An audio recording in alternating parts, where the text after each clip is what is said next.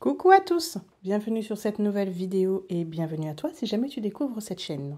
Dans cette vidéo, on va énoncer 10 erreurs qui sont fréquemment réalisées lors de notre ménage. Tu peux me suivre sur Instagram où tu trouveras mon contenu familial, mes astuces et mes bons plans en avant-première. Pour débuter cette petite vidéo, nous allons commencer par les vitres. Beaucoup ne le savent pas, comme beaucoup connaissent déjà effectivement ce petit conseil. Lorsqu'il fait beau, ça nous donne envie de réaliser le nettoyage de nos vitres. Sauf que l'erreur, elle est là. On ne fait pas les vitres lorsqu'il y a du soleil, pour deux raisons. La première, on va être ébloui. Et la seconde, tout simplement parce que le produit qui va être utilisé va tout simplement sécher trop vite et malheureusement va nous laisser des traces. C'est pour cela qu'il est préconisé et conseillé surtout de réaliser le nettoyage de vos vitres par temps couvert. Tout simplement, comme ça, vous serez tranquille et par le séchage du produit et vous ne serez pas ébloui, ce qui vous permettra de réaliser un nettoyage plus rapidement et surtout qu'il soit efficace. Me concernant, pour nettoyer les vitres, j'utilise simplement une solution eau plus liquide vaisselle. Ça nettoie parfaitement bien et par la suite, je viens essuyer avec ma petite microfibre s'il reste des traces avec un petit peu de vinaigre blanc. Par ailleurs, comme outil, je viendrai utiliser donc une lingette microfibre et une petite raclette. Je trouve que ça donne plus de netteté et surtout c'est beaucoup plus rapide.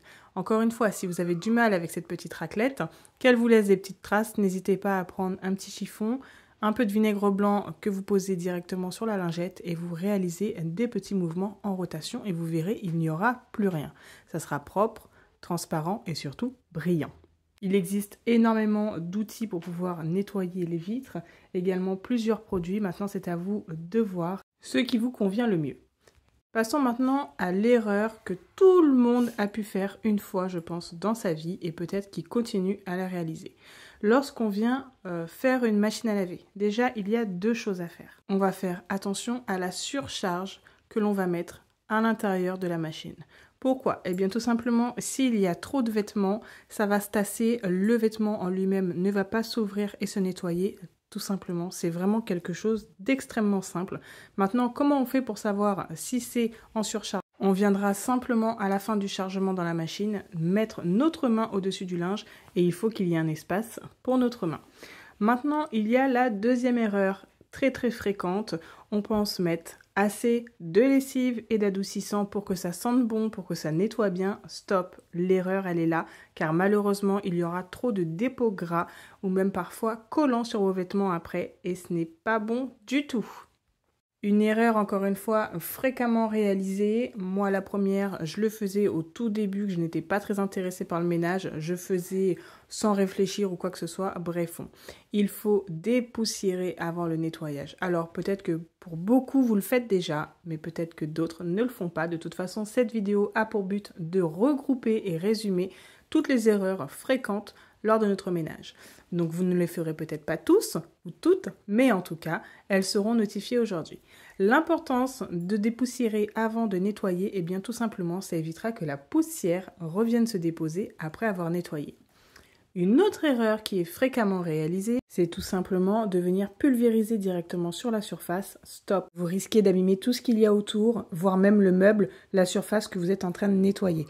Donc il est important de pulvériser directement sur votre lingette microfibre, comme ça vous écartez tout risque par rapport à cela. De plus, ça vous permet également de contrôler le produit, car malheureusement lorsqu'on l'utilise directement sur la surface, moi je le fais par exemple sur ma table parce que là ça ne craint rien, il n'y a rien autour, donc rien ne va être abîmé, eh bien on a tendance à mettre trop de produits. L'erreur suivante, cela va être au niveau des lingettes microfibres que maintenant tout le monde a tendance à utiliser, eh bien malheureusement on n'utilise pas une lingette microfibre pour l'intégralité de la maison.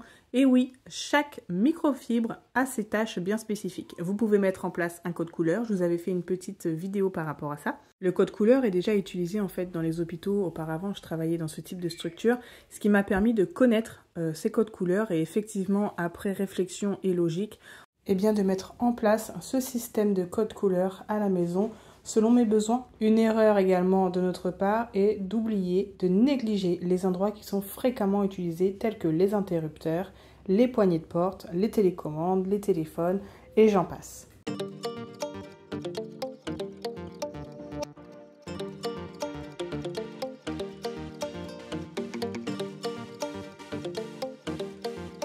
Et une erreur supplémentaire que nous oublions souvent encore une fois de réaliser, eh bien de nettoyer nos outils qui nous servent au quotidien, donc l'aspirateur, vos éponges, les lavettes, les serpillières, les seaux, tout ça également, ça demande du nettoyage. C'est comme on a tendance à se dire une machine à laver ça se nettoie, eh bien sûr, c'est pas parce qu'elle nettoie qu'elle ne doit pas être nettoyée. Eh bien c'est exactement la même chose pour nos outils de nettoyage.